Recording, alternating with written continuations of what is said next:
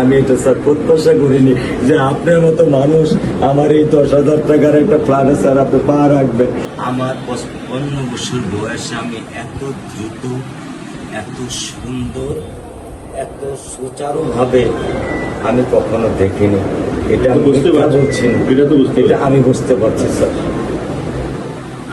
প্রধানমন্ত্রী চলে আসছেন, এটা আমার সৌভাগ্য।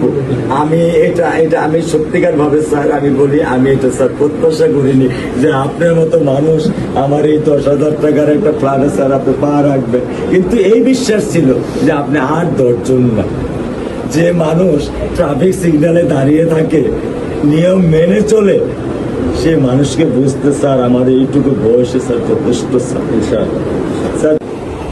আপনি একটু ধৈর্য ধরবেন। আমি ওকে কোনো নিয়ন্ত্রণ করতে পারতেছি না। আল্লাহ চায় আপনার সন্তানের এই অবস্থার জন্য যে দায়ী তার বিচার ইনশাল্লাহ হবে, ইনশাল্লাহ শীঘ্রই।